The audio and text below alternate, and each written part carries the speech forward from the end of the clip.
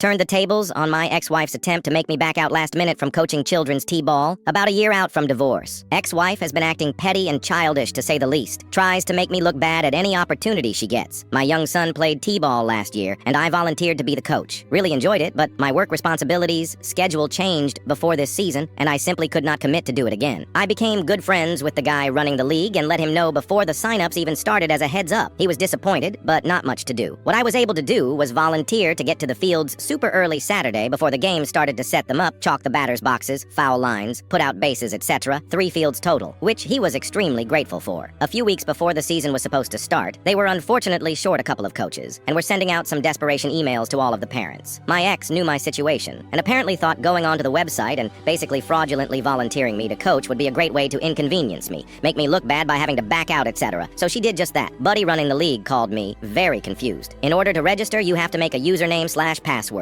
Username is just your email. So after a few minutes of looking through the registration, we worked out what happened, as her email was in the account name. Ultimately, he decided to put his kid on my son's team and be the coach on top of everything else he was doing. He was pissed at my ex himself, though, because this stunt could have set them back in finding a legit coach if they needed to, possibly delaying the league. Here is where I come up with the petty revenge. He sends out the official email to all of the parents of the league with the rosters and coaches for all 10 teams, except for our kids' team. Instead of listing himself, I tell him to list my ex, puts her name, contact info, etc., and says to expect further info from each coach individually. She emails him back once she notices to point out the mistake, saying it should have been me instead, but he ignores it. He sends her all of the clearances coaches need to pass, asks for times she can come pick up equipment, the whole 9 yards. After a couple of days, parents of the team apparently start emailing her asking for info on when the season starts and when practice will be, and all that. Eventually, he does reply back, playing dumb, telling her she is the one who volunteered, as it was her username that registered, and he knew it wasn't supposed to be me, as he had spoken to me months earlier and knew I wasn't able to do it this year. Put her in an awkward spot, because she either had to admit what she did, or feign some BS ignorance and claim a miscommunication, which everyone knew was nonsense, since we were divorced. After she flat out says she can't coach, and she isn't sure what to tell him, he sends out another email to the entire league, which says, due to the coach of our kid's team name backing out at the very last minute, I have no choice but to take on coaching the team myself, on top of the rest of the responsibilities. Moving forward, we ask that coaches do not volunteer unless they plan on fulfilling that commitment. He didn't mention her by name, but everyone saw the rosters and knew he was talking about her. She texted me a few weeks later once the season started about how my buddy is an a-hole for doing that to her due to a glitch in the registration software, as multiple people have approached and asked her, not so nicely, what happened, and she knows she is getting looks from people during the games. What a satisfying text it was to receive.